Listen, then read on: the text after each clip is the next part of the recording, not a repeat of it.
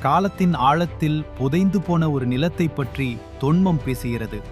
தென்கடலால் தாளாட்டப்பட்ட மறக்க முடியாத அழகு கண்டம், அதன் பெயர் குமரி கண்டம். அங்கே மாபெரும் பாண்டிய மன்னர்களின் ஆதரவில் ஒரு நாகரிகம் செழித்தோங்கியது.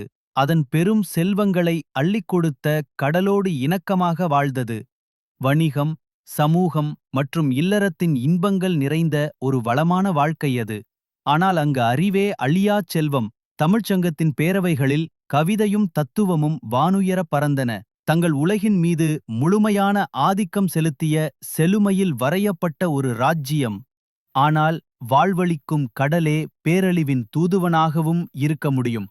ஓர் எச்சரிக்கை முதலில் மெல்லிய முணுமுணுப்பாக வந்தது. கடல் தன் மூச்சை இயற்கைக்கு மாறாக உள்ளிழுத்த அமைதியில். அந்த நிலநடுக்கத்திலும் கடல்கோள் பற்றி பேசிய பழந்தீர்க்க தரிசனங்களிலும் ஞானிகள் உண்மையை கண்டார்கள். பிறகு அது வந்தது. சீற்றத்தில் பிறந்த ஒரு பேரலை, உலகை அழிப்பதற்காக எழுந்த ஒரு நீர்மலை.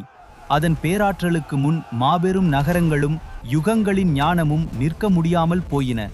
கன நேரத்தில் ஒரு கண்டம் நினைவாக மாறியது. இறுதி மூச்சை அடக்கிய இருளில் மூழ்கியது. எஞ்சியிருந்த சிலருக்கு துயரத்தின் அடிவானம் மட்டுமே தெரிந்தது. காலம் வரலாற்றை தொன்மமாக்கியது. உண்மையை அலைகளுக்கு அடியில் ஒரு கிசுகிசுப்பாக மாற்றியது.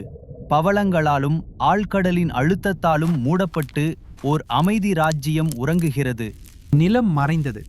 மக்கள் சிதறினர். ஆனால் அந்த கதை தப்பி பிழைத்தது. ஏனெனில் போற்றி பாதுகாக்கப்படும் ஒரு நினைவுக்கு என்றும் அழிவில்லை.